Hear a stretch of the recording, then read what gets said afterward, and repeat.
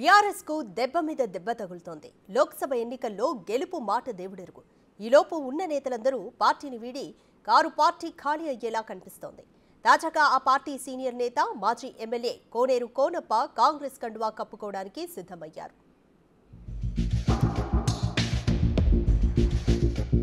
కేసీఆర్ అనుకుంటున్నది ఒకటి, జరుగుతున్నది మరొకటిలా ఉంది.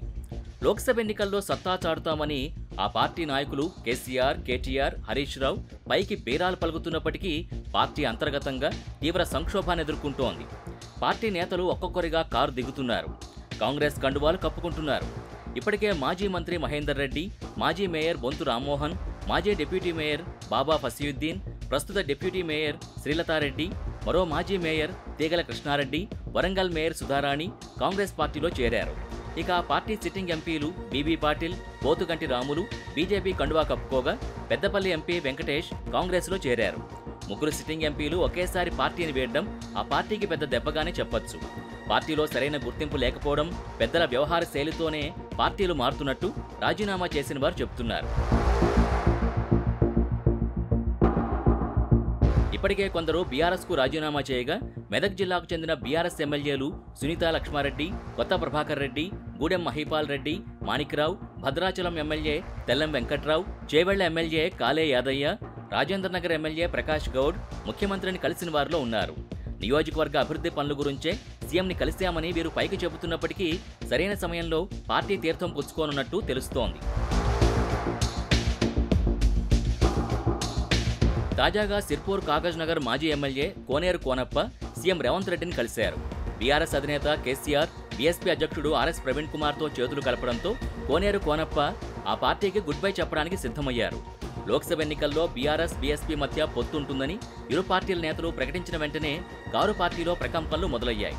మరుసటి రోజే కోనేరు కోనప్ప సీఎం రేవంత్ రెడ్డితో భేటీ కావడం ప్రాధాన్యత సంతరించుకుంది. ఆ పొత్తును వ్యతిరేకిస్తూ కోనప్ప కాంగ్రెస్లో చేరాలని నిర్ణయించుకున్నట్టు తెలుస్తోంది. అసెంబ్లీ ఎన్నికల్లో సిర్పూర్ జనరల్ సీటు నుంచి బీఎస్పీ అధ్యక్షుడు ఆర్ఎస్ ప్రవీణ్ కుమార్, బీఆర్ఎస్ నుంచి కోనప్ప పోటీ చేశారు. ఆ నియోజకవర్గం నుంచి 3 సార్లు ఎమ్మెల్యేగా గెలుపొందిన కోనప్ప మొన్నటి ఎన్నికల్లో మాత్రం ఓటమి పాలయ్యారు. బీజేపీ అభ్యర్థి పాల్వాయ్ హరీష్ చేతిలో 3000 ఓట్లతో ఓడిపోయారు. ఎన్నికల సమయంలో సిర్పూర్ నియోజకవర్గంలో బీఆర్ఎస్, బీఎస్పీ మధ్య యుద్ధ వాతావరణమే ఏర్పడింది. కేసీఆర్పై ఆర్ఎస్ ప్రవీణ్ కుమార్ తీవ్రమైన విమర్శలు చేశారు. నియంతా, దొర, దోపిడీదారుడంటూ కేసీఆర్, కోనప్పలపై ప్రవీణ్ కుమార్ మాటల తూటాలు పేల్చారు. అడవుల్ని మింగిన వీరప్పన్, ఆంధ్ర దోపిడీదారుడు అంటూ కోనప్పపై తీవ్ర పదజాలంతో విరుచుకుపడ్డారు. పరస్పరం కేసులు కూడా పెట్టుకున్నారు. ఇరు పార్టీల ఆరోపణలు, ప్రత్యారోపణలు, ఆందోళనలతో సిర్పూర్ నియోజకవర్గం ఎన్నికల సమయంలో ఉద్రిక్తంగా మారింది. కేసీఆర్ బద్ధ వ్యతిరేకైన ఆర్ఎస్ ప్రవీణ్ కుమార్తో చేతులు కలపాల్సిన అవసరం ఏమొచ్చిందని కోనప్ప తీవ్రంగా వ్యతిరేకిస్తున్నారు. ఆర్ఎస్ ప్రవీణ్ కుమార్తో పొత్తు ఎలా పెట్టుకున్నారంటూ సూటిగా ప్రశ్నిస్తున్నారు కోనప్ప.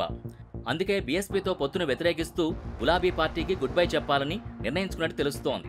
హైదరాబాద్లో తన అనుచరులతో సమావేశం అనంతరం ముహూర్తం ఖరారు చేసుకుని కాంగ్రెస్లో చేరతారని ఆయన సన్నిహితులు తెలిపారు.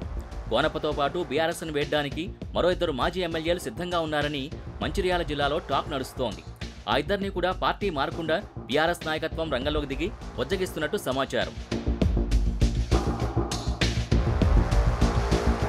ఇదిలా ఉంటే కొంతమంది బీఆర్ఎస్ ఎమ్మెల్యేలు పార్టీ నాయకత్వంతో అంటిముట్టనట్టుగా ఉంటున్నారు. హైదరాబాద్లో ఎల్ఆర్ఎస్ విషయంలో బీఆర్ఎస్ చేపట్టిన నిరసన కార్యక్రమంలో ఈ విషయం స్పష్టమైంది. గ్రేటర్ హైదరాబాద్ పరిధిలో 18 మంది బీఆర్ఎస్ ఎమ్మెల్యేలు ఉండగా కేవలం 4 మాత్రమే నిరసనలో పాల్గొన్నారు. ధర్నాకు పిలిపించిన కేటీఆర్ కూడా ఈ కార్యక్రమానికి హాజరు కాలేదు. దీంతో నిరసన కార్యక్రమం అట్టర్ ఫ్లాప్ అయింది. ధర్నాకు ఎమ్మెల్యేలు రావడం లేదని తెలిసే చివరి నిమిషంలో కేటీఆర్ రాలేదని పార్టీ వర్గాలు చెప్పుకుంటున్నాయి. ధర్నా చప్పగా సాగడంపై గులాబీ శ్రేణులు షాక్ అయ్యాయి. గైర్హాజరైన ఎమ్మెల్యేలు కూడా పార్టీ వేయడానికి సమయం కోసం ఎదురు చూస్తున్నట్టు తెలుస్తోంది. చూడాలి మరి ఈ 2-3 నెలల్లో ఆ పార్టీలో ఏం జరుగుతుందో.